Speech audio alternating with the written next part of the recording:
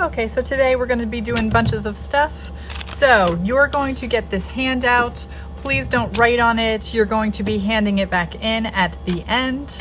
I have also these Model Magic cases. I am going to cut them in half. You are only going to be using half of the Model Magic case. So I'm going to take that out. We want to sculpt the skulls today. So let me take this out and roll it into a ball. This doesn't want to roll into a ball. I'm going to use my table to smush it around. Smush it into a ball.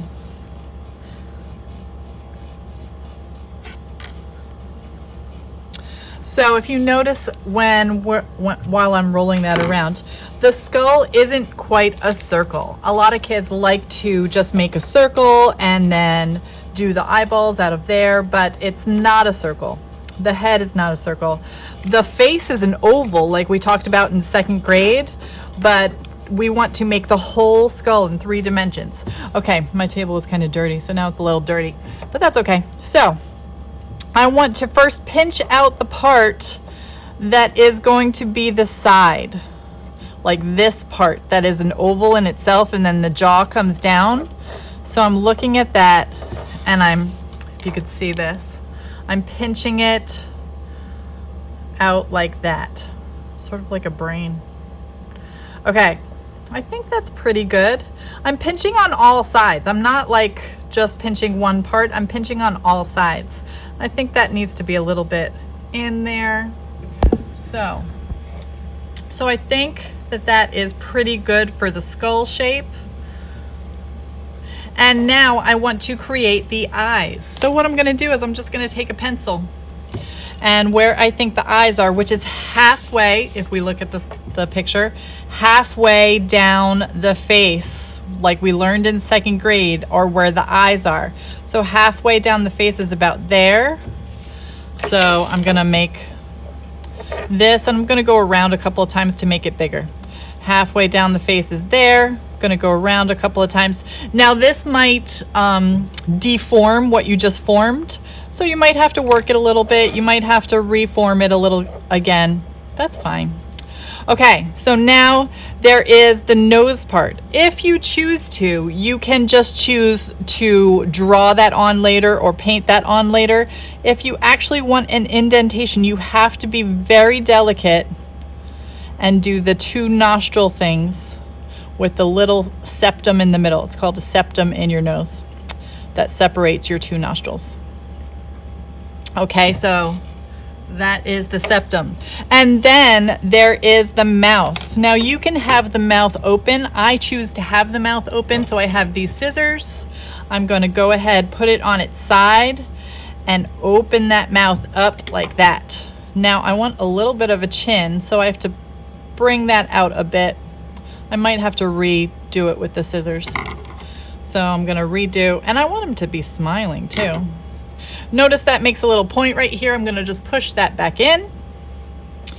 And I don't have to make like the teeth right now. I can wait for later, and I can just draw those on. So this is my head. It is pretty much done. If I want the forehead to be a little sticking out a little bit more, I might want to do that. You can always reshape things. You can work it before it dries. So it takes about a day to dry. So you can rework it for the whole time that you're in art, but it is like a 1-day kind of thing. So now the most important thing that you're going to do on the back, where the neck would come in, you are going to put a hole for your wire hanger to go into. This is very important that you have that hole. I'm going to fill it with hot glue when we're ready to put the wire hanger in there.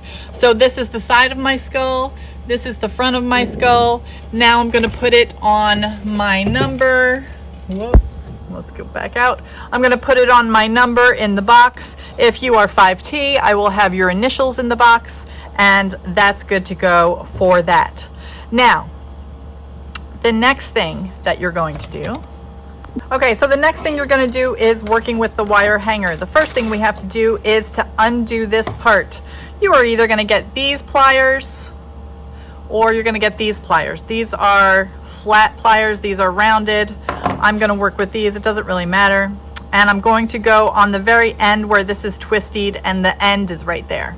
So I'm going to go on there. I'm gonna hold that and I'm gonna twist the rest of the hanger around. I might have to move my pliers down to twist it so it is opening it. It's like untwisting a twisty tie, okay? So then I have this.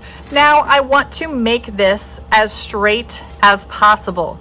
I'm not gonna worry about this part. I'm never gonna get that straight. It's just gonna be like that. It's hard to get that straight. So I wanna take it right here. I wanna bend this part to be straight. So I'm gonna hold it with this hand, bend it with that hand. It might scooch around. Make sure there's nobody around you so that if it goes all around, it's not gonna hit anybody. So now that's pretty straight. I wanna straighten this part out right here. So I'm going to hold that and I'm going to bend it that way. Okay, so now this is a slight bend. This is a slight bend right here that I want to make straight. So I'm gonna hold that and bend it that way. And now that's pretty straight. You can see that's pretty straight right now. So now I have to go back to this part right here and bend that out straight. Not a big bend. Okay, that's pretty good. I'm gonna bend this out almost 90 degrees to 180 degrees. So now you can see how straight and long that is. If this is too curved, then you can go back and bend it. I'm just gonna leave it the way it is. It's not too curved. Okay, so now over here, I'm gonna bend this and I'm gonna do the rest really fast.